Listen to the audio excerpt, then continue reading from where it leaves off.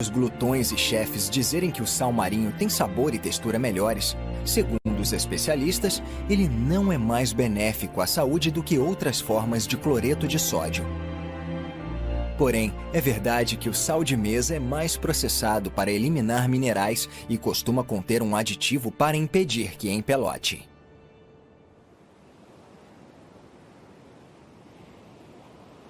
Rumo ao sul, passando por lindas praias virgens, a viagem deixa a província do Cabo Setentrional e entra na província do Cabo Ocidental.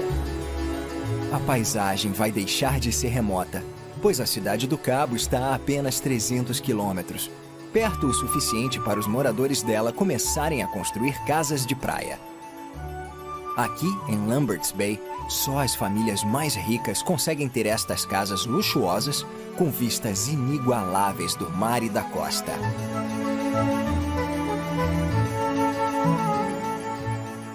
Lambert's Bay começou como uma pequena cidade pesqueira do Cabo Ocidental, mas recentemente foi proclamada o Diamante da Costa Oeste por causa das praias de areia branca, dos animais selvagens e dos frutos do mar, especialmente as lagostas. Apesar de ser basicamente uma cidade pesqueira, ela se transformou numa grande atração turística da costa oeste porque o clima é ameno o ano todo e porque só está a 2 horas de carro da cidade do Cabo. No porto há mais navios de mineração de diamantes com as mangueiras de aspiração enroladas. Perto das embarcações está a Reserva Natural da Ilha das Aves, que é importante, apesar de ter apenas 3 hectares. É uma das únicas 6 colônias de reprodução do Atobá do Cabo no planeta, além de ser um local importante para outras aves marinhas fazerem ninhos, como o mergulhão e a gaivota. Na praia ao sul da cidade fica o Maus Boskern, um restaurante de frutos do mar que costuma estar entre os 10 melhores da África do Sul. Ele começou como um passatempo para a família e os amigos e só virou um estabelecimento comercial em 1986. Agora oferece frutos do mar frescos e um buffet muito variado que demora mais de 2 horas para ser degustado. Agora a viagem se afasta da costa e segue para a represa de Glen William. No caminho, passa por estes campos listrados que só podem ser vistos direito de cima.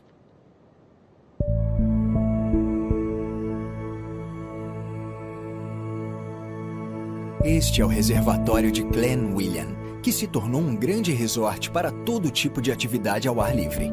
A finalidade do reservatório é fornecer água para a irrigação rio abaixo. A primeira represa foi construída em 1935 no curso do rio Olifants. Em 1964, a altura foi elevada para 43 metros para suprir a demanda crescente de água. Desde 2015, existe um plano para elevar a altura da represa de novo. Porém, desde a filmagem destas cenas, choveu pouco no Cabo Ocidental e a água se tornou um recurso muito escasso, pois o nível da água caiu para menos de 6% da capacidade. Mesmo que chova, vai demorar muitos anos para o nível da água atingir outra vez a capacidade total.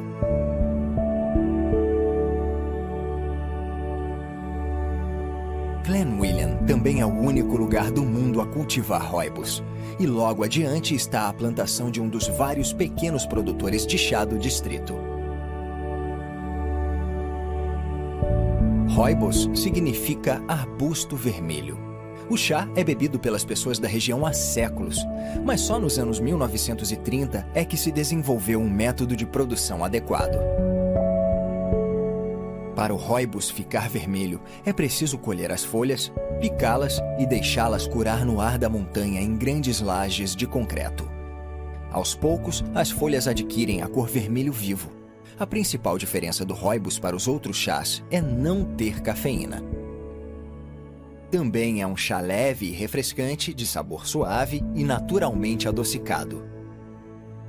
Ao contrário de muitos chás que são um pouco amargos, o rooibos contém pouquíssimo tanino. Sendo assim, mesmo que o saquinho fique esquecido na xícara, o chá permanece delicado e leve e nunca passa do ponto. Os arbustos de rooibos crescem no sopé do destino final da viagem: as extraordinárias montanhas de Cederberg.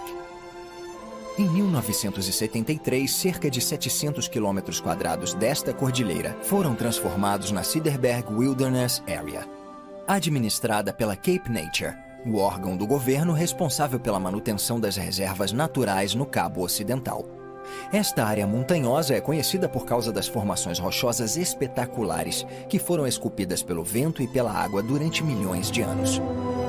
Quase toda a área é composta por rochas sedimentares, arenito e xisto, e se formou cerca de 130 milhões de anos atrás, antes do continente americano se separar do africano, criando o Oceano Atlântico.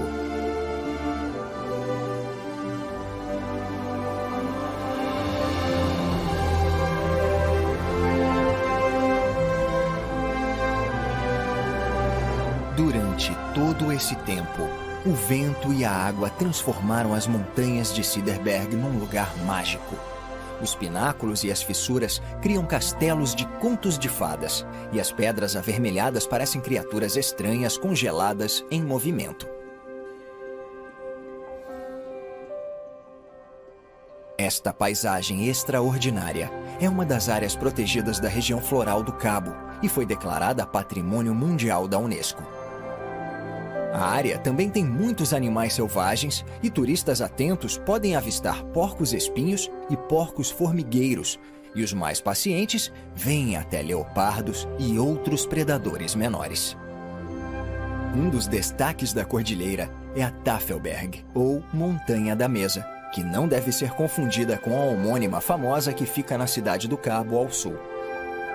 Esta área é muito procurada por montanhistas e uma das trilhas favoritas leva ao topo da Tafelberg, onde a vista é de tirar o fôlego.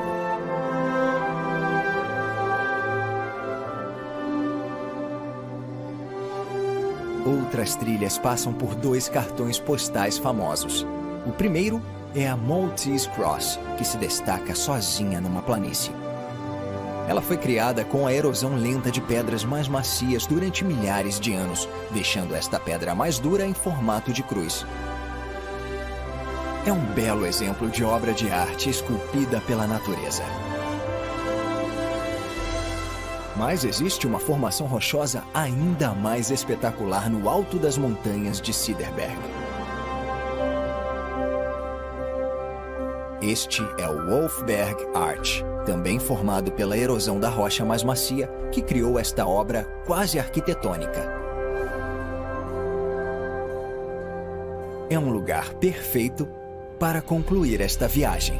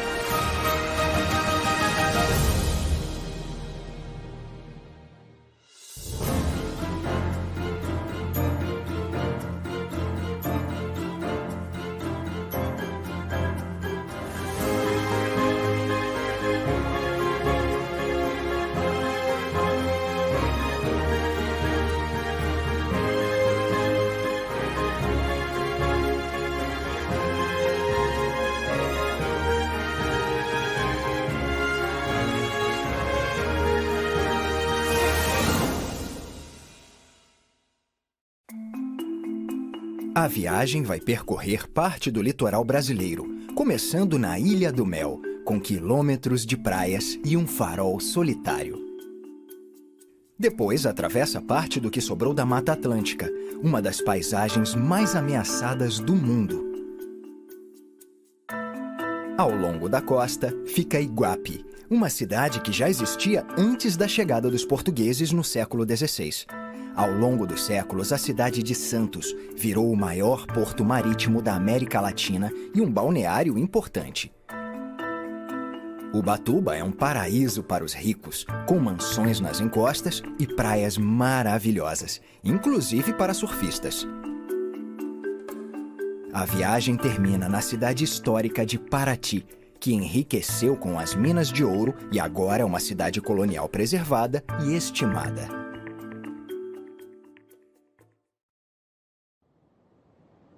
Na entrada da Baía de Paranaguá, onde ela encontra com o Oceano Atlântico, fica a Ilha do Mel, com quilômetros de praias e trilhas pitorescas. Além do fato de ser isolada, a ilha é um paraíso para turistas. O acesso é feito de barco e limitado a 5.000 pessoas na ilha em qualquer período. E isso contribui para o encanto. A parte norte é uma reserva ecológica, um lugar perfeito para aventureiros. A parte sul é salpicada de vilarejos acompanhados apenas pelas ondas suaves. No extremo norte da ilha existe um farol solitário que auxilia a passagem de navios pelo litoral atlântico desde 1872. Ele foi construído por uma empresa britânica com materiais da Escócia que percorreram mais de 10.000 quilômetros. Depois de quase um século e meio, ele continua em atividade. Então, infelizmente, não está aberto para visitação. Mas isso não impede que as pessoas subam um rochedo íngreme para admirar a bela vista da baía. A ilha tem uma atração turística um tanto inusitada. No sopé de um morro se encontra a Fortaleza de Nossa Senhora dos Prazeres. Ela foi construída na segunda metade do século XVIII, a mando do governador de São Paulo. O objetivo era proteger a entrada do porto de Paranaguá das embarcações inimigas e de piratas que queriam roubar carregamentos de ouro.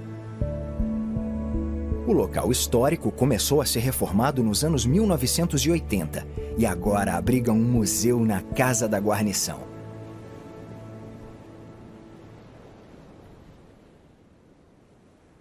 Uma das praias mais intocadas e desertas do Brasil se estende por 7 quilômetros de litoral. É um patrimônio mundial da Unesco e pertence ao Parque Nacional do Superagui. Os turistas podem desfrutar estas praias que só são acessíveis a pé pelas planícies costeiras de vegetação densa.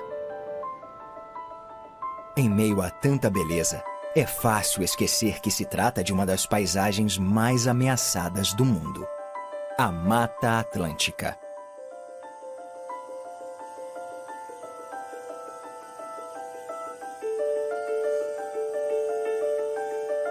É uma das florestas mais diversificadas do planeta e já cobriu mais de 130 milhões de hectares. Mas 500 anos de desenvolvimento humano fizeram quase 88% deste belo ecossistema desaparecer.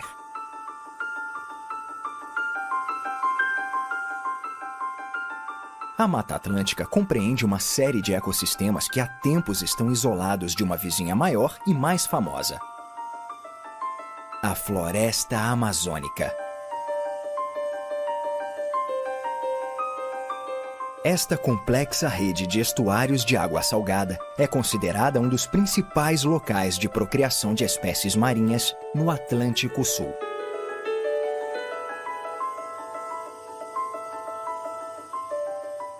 Esta vista aérea é do Parque Estadual do Lagamar de Cananéia, que foi fundado em 2008 e tem um longo trabalho de conservação pela frente.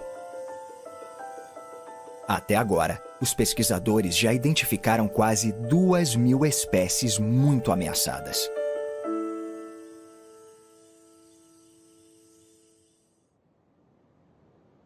Ao leste do parque, numa ilha de lagoa, fica a antiga cidade de Cananéia.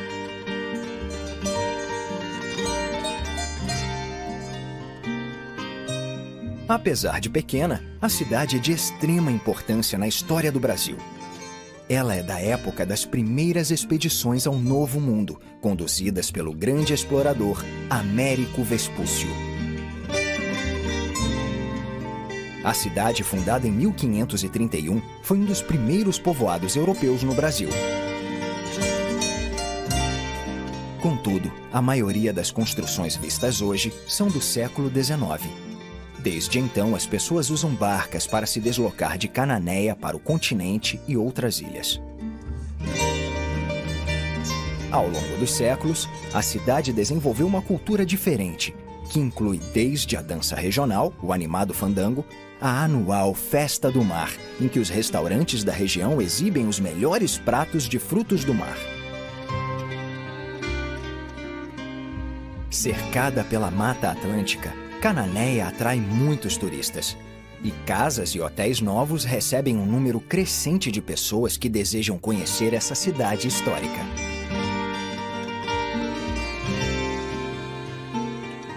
No delta do rio Ribeira de Iguape, protegida do Oceano Atlântico pela Ilha Comprida, está a cidade de Iguape, uma das mais antigas do Brasil. É possível que ela tenha sido fundada antes da chegada dos portugueses ao país em 1500. Também foi um dos poucos lugares da costa de São Paulo a manter a arquitetura colonial do século XVII. O vilarejo surgiu na época da Corrida do Ouro, que trouxe muita riqueza e muitos caçadores de tesouros para este local tranquilo. De fato, as primeiras moedas brasileiras foram cunhadas aqui no século XVII. Muitas das casas da cidade são pintadas em cores primárias e concentradas em torno da Praça de São Benedito, que hoje é dominada pela enorme basílica, construída no século XVIII. Feita com pedras, argamassa e óleo de baleia, esta extraordinária igreja católica foi construída em 1856, depois de 69 anos de construção. Ao norte de Iguape fica a Estação Ecológica de Jureia e Tatins, com 85.000 hectares. Foi em 1958 que partes desta floresta começaram a ser protegidas. Mas boa parte da região continuava ameaçada por uma empresa que, nos anos 1980, quis construir 2 grandes usinas nucleares. Mas o projeto foi suspenso em 1985 e se iniciou uma campanha para proteger ainda mais a floresta. Mesmo sob proteção estadual, a região enfrenta um problema: a extração ilegal de palmito. Como se trata de uma iguaria cara, muitos habitantes são atraídos por essa atividade ilegal, que é difícil de ser fiscalizada numa área tão ampla.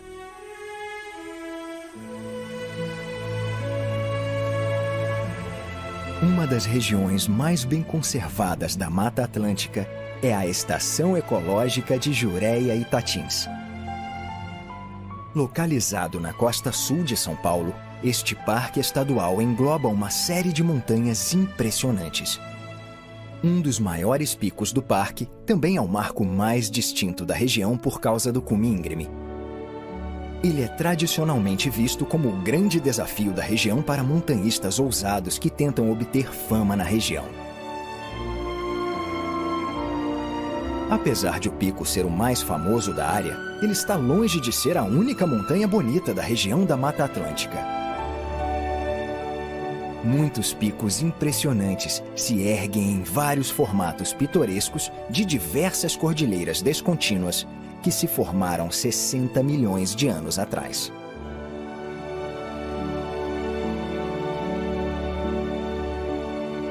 Após a densa floresta, a jornada segue para a costa e sobrevoa uma longa faixa de cidades balneárias. A primeira delas é Peruíbe. Em Tupi, a língua nativa das tribos da região, Peruíbe quer dizer Rio dos Tubarões. Apesar do nome sombrio, a cidade é um destino moderno e popular para turistas que buscam uma mistura singular entre o luxo urbano e as paisagens rústicas em uma das praias mais extensas e imaculadas do estado de São Paulo. Uma das imagens mais impressionantes desta praia é o gigantesco pier de Mongaguá. Uma área apreciada por surfistas e pescadores, esta plataforma é a maior estrutura de concreto construída sobre a água em toda a América. Ela se estende por 400 metros para dentro da água, antes de se desdobrar em 2 braços com 100 metros de comprimento cada um. Mongaguá é conhecida como a princesa das praias. E tem 13 quilômetros de praias de mar aberto, próprias para nadar, surfar e tomar sol. O distrito de Solemar fica em Praia Grande, um dos 15 municípios de São Paulo considerados SPAC.